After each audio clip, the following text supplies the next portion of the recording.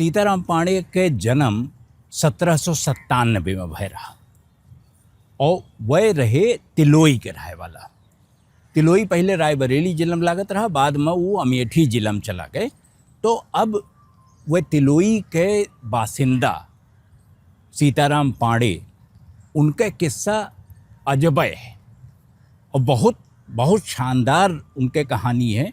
उनमें इतना एंगल है, इतनी चीज़ है कि ओका मने देखते रह जाए, बल्कि ओका इतिहास के मेर पढ़े कि साहित्य के मेर पढ़े, कैसो पढ़ो सीताराम पांडे यस दूसर कोनो मनई मिलब मुश्किल है।